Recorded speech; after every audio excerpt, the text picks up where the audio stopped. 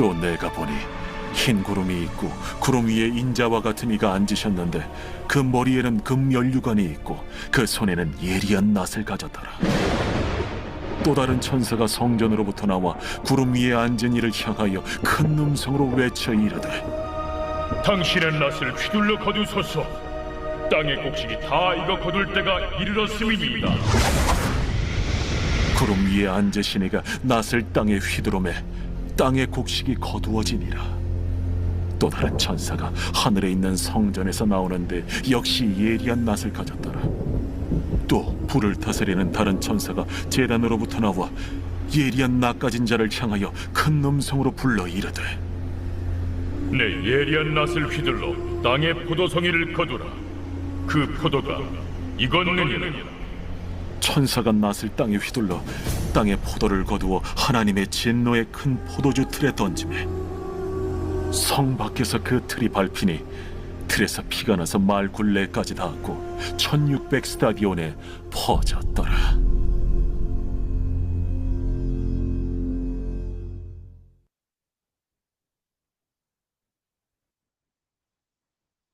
네, 요한계시록 13장에서는 사탄과 적그리스도와 거짓 선지자가 성도님들을 핍박하였습니다.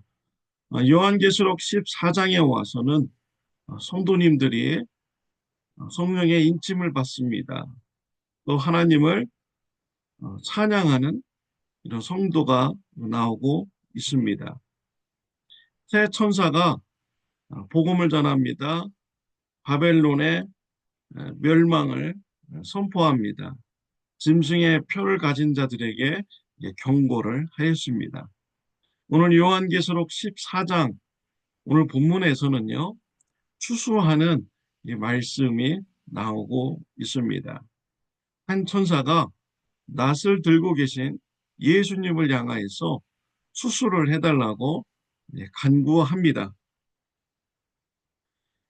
15절, 16절 말씀입니다. 또 다른 천사가 성전으로부터 나와 구름 위에 앉은 이를 향하여 큰 음성으로 외쳐 이르되, 당신의 낫을 휘둘러 거두소서. 땅의 곡식이 다 익어 거둘 때가 이르렀음이리이다 하니, 구름 위에 앉으신 이가 낫을 땅에 휘두르매 땅의 곡식이 거두어지니라 라고 했습니다. 천사가 예수님께 땅의 곡식이 다 익었습니다, 거두어 주십시오 라고 합니다. 예수님께서 낫을 땅에 휘둘렀습니다. 땅의 곡식이 거두어졌습니다. 무엇을 상징하는 것입니까? 영혼 구원을 상징하는 것입니다. 예수님의 복음을 듣고 구원받을 자들이 예비가 된 것입니다. 준비가 되었습니다. 예수님은 영혼 구원의 열매를 거두신 것입니다. 예수님께서 이 땅에서 사역하실 때 제자들에게 영적인 추수에 대해서 가르쳐 주신 말씀이 있습니다. 마태복음 9장 37절, 38절입니다. 이에 제자들에게 이르시되, 추수할 것은 많되 일꾼은 적으니 그러므로 추수하는 주인에게 청하여 추수할 일꾼들을 보내주소서 하라 하시니라. 예수님은 추수할 것이 많다라고 했습니다.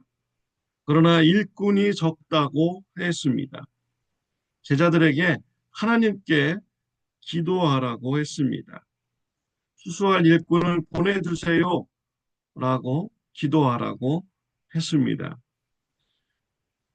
말씀을 듣고 영혼 구원 받을 영혼들이 준비가 된 것입니다. 그런데 추수할 일꾼들이 적다라는 것입니다. 하나님께 추수할 일꾼들을 보내달라고 기도하라고 했습니다.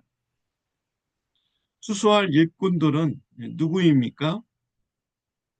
예수님의 복음을 전할 제자들인 것이죠. 복음을 전하는 사람들이 추수할 일꾼들인 것입니다. 추수할 일꾼들은 사람의 힘으로 세울 수 없습니다. 하나님께 기도해야 됩니다. 하나님께서 보내주셔야 됩니다. 하나님의 은혜로 추수할 일꾼들이 세워져야 하는 것이죠. 저와 여러분들은 추수할 일꾼들을 위해서 기도해야 합니다. 하나님께 추수할 일꾼들을 보내주세요 라고 기도해야 됩니다. 우리 참 좋은 교회 성도님들을 추수할 일꾼들로 변화시켜 주세요 라고 기도해야 됩니다. 하나님의 은혜로 추수할 일꾼들이 세워지게 되는 것입니다. 복음을 전하는 것, 사람의 지혜로, 능력으로 되는 것이 아닙니다. 성령님의 역사로,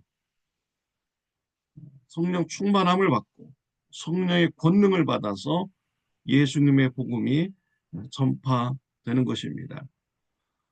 구원 받고 싶은 이런 사람들이 많이 있습니다. 예수님을 전할 사람들이 필요합니다. 저와 여러분들 하나님께 추수할 일꾼들을 보내주세요. 추수할 일꾼들로 저와 우리 성도님들을 변화시켜 주세요 라고 기도하시기를 바랍니다. 갈라디아서 6장 7절 10절 말씀에 보면요, 스스로 속이지 말라. 하나님은 업신여김을 받지 아니하시나니 사람이 무엇으로 심든지 그대로 거두리라.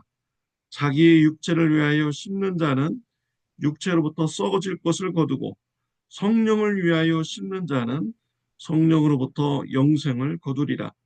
우리가 선을 행하되 낙심하지 말지니 포기하지 아니하면 때가 이름에 거두리라. 그러므로 우리는 기회 있는 대로 모든 이에게 착한 일을 하되 더욱 믿음의 가정들에게 할지니라 라고 했습니다. 하나님의 은혜로 착한 일을 가정에서 열심히 하면 영생을 거두는 추수가 일어납니다. 착한 일을 교회 성도인들에게 열심히 하면 교회 성도인들이 영적으로 성장하고 영혼 구원받는 이런 영적인 추수가 일어나게 됩니다. 이웃들에게 착한 일을 많이 하면 이웃들이 영혼 구원받는 영적인 추수가 일어나게 됩니다. 우리가 육체를 위하여 심으면 썩어질 것을 거두고 성령을 위하여서 심는 자는 성령으로부터 영생을 거두게 된다라는 말씀입니다. 사랑하는 성도 여러분, 나를 영혼 구원을 일으키는 이런 추수할 일꾼으로 나를 변화시켜 주세요. 가정에서 착한 일 많이 하게 해주세요. 교회에서 착한 일 많이 하게 해주세요. 이웃들에게 착한 일을 많이 하게 해주셔서 영혼 구원하는 생명의 열매를 거두는 일에 일꾼으로 쓰임받게 해주세요 라고 기도하는 저와 여러분들이 되시기를 바랍니다. 두 번째 심판의 추수가 나옵니다. 19절 20절입니다.